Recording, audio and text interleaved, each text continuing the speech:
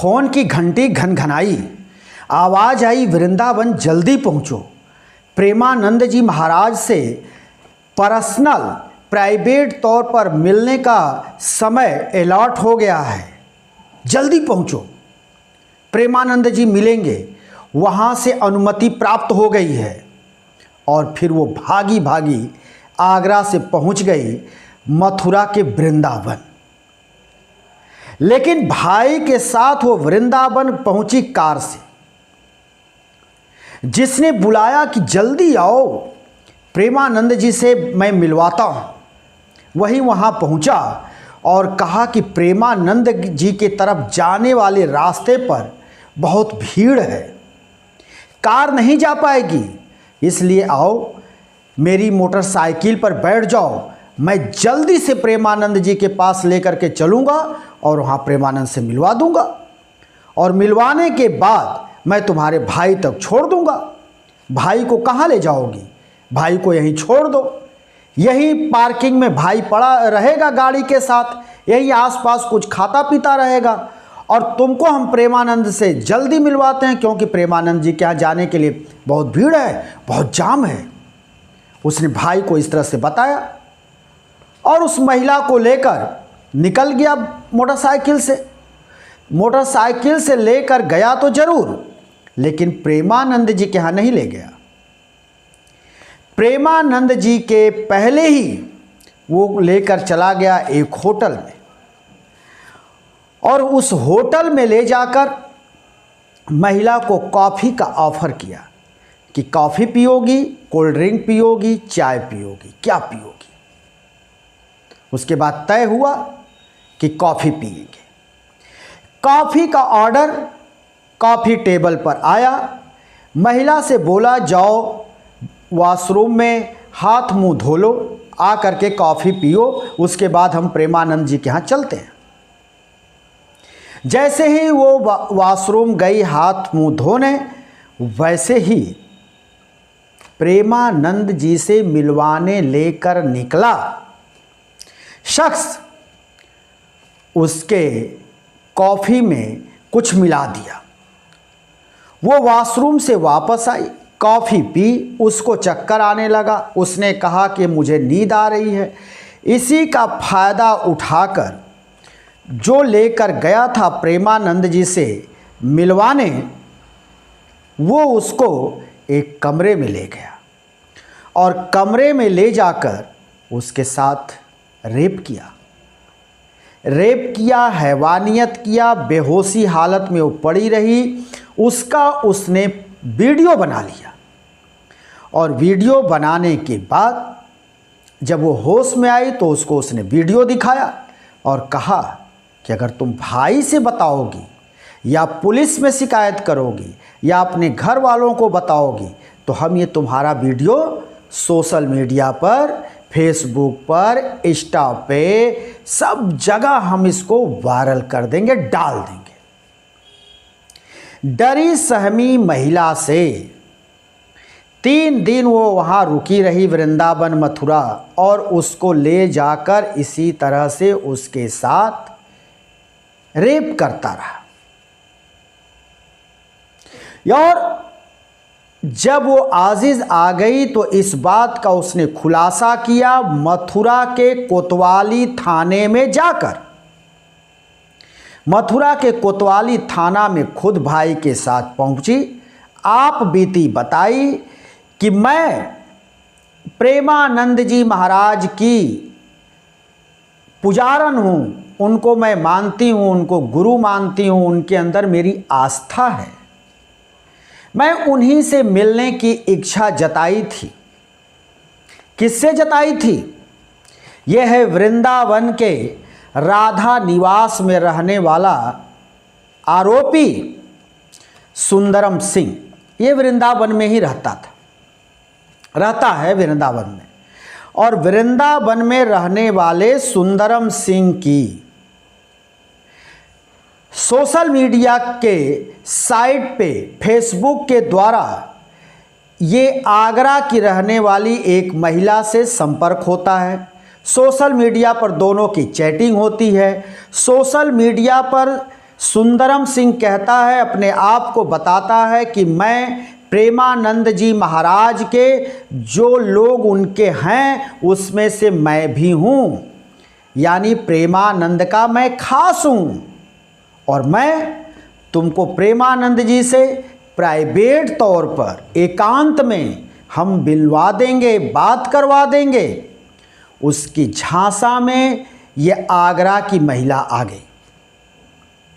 जब उसके झांसे में आ गई, उसकी चैटिंग रोज चलती थी और दोनों में नज़दीकी बढ़ी और दोनों एक दूसरे को चैटिंग करते घंटों घंटा फेसबुक पर।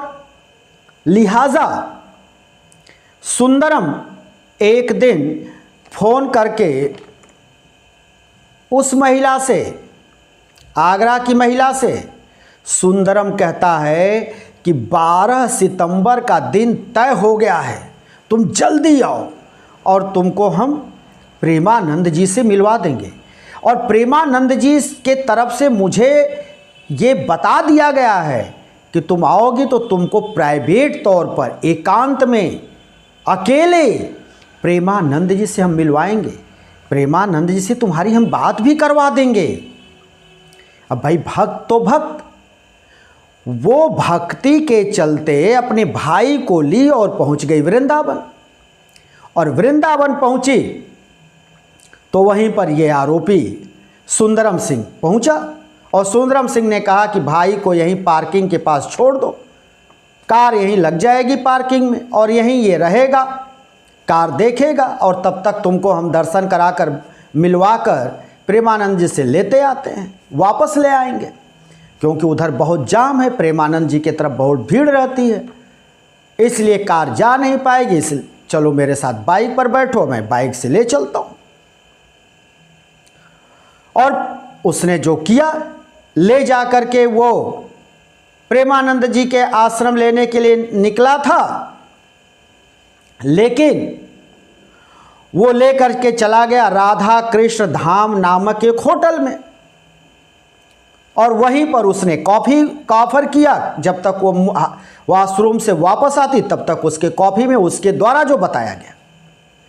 और ये वृंदावन से वो जब मथुरा पहुंची है तो मथुरा कोतवाली में जा कर के आप बीती बताई कि सुंदरम सिंह से उसका फेसबुक पर संपर्क हुआ। सुंदरम सिंह ने बताया कि वो प्रेमानंद का अनन्य भक्त है, प्रेमानंद के जो लोग हैं, जो उसके निजी लोग हैं उनके, उन्हीं में से वो भी है और प्रेमानंद जी से वो मिलवा देगा। प्रेमानंद जी से मिलवाने के लिए वो 12 सितंबर को बुलाया और ये पूरी रचना रची और ले जा कर के प्रेमानंद से मिलवाने के नाम पर मोटरसाइकिल से ले कर के महिला को निकला और राधा कृष्ण धाम नामक होटल में ले गया और वहाँ पर महिला के कॉफ़ी, महिला का कहना है कि वहाँ कॉफ़ी में कुछ मिलाया जिसके चलते मुझे बेहोशी आ गई और वहाँ पर इसने हमारे साथ रेप किया, वीडियो बनाया और उसको सोशल मीडिया पर डालने की धमकी देकर 3 दिन मुझे वृंदावन में रखा और मेरे साथ 3 दिन तक लगातार वो इसी धमकी के चलते रेप करता रहा। ये महिला का आरोप है। इसकी पुष्टि मथुरा कोतवाली के प्रभारी संजय पांडे ने की। संजय पांडे ने बताया कि एक महिला आई जिसने बताया कि उसके साथ इस तरह की घटना घटी है, आगरा की रहने वाली है और इस तरह से उसके साथ चीटिंग हुआ। उसको यहाँ पर बुलाया गया और ये सुंदरम सिंह ने बुलाया और सुंदरम सिंह ने इस तरह से मेरे साथ किया।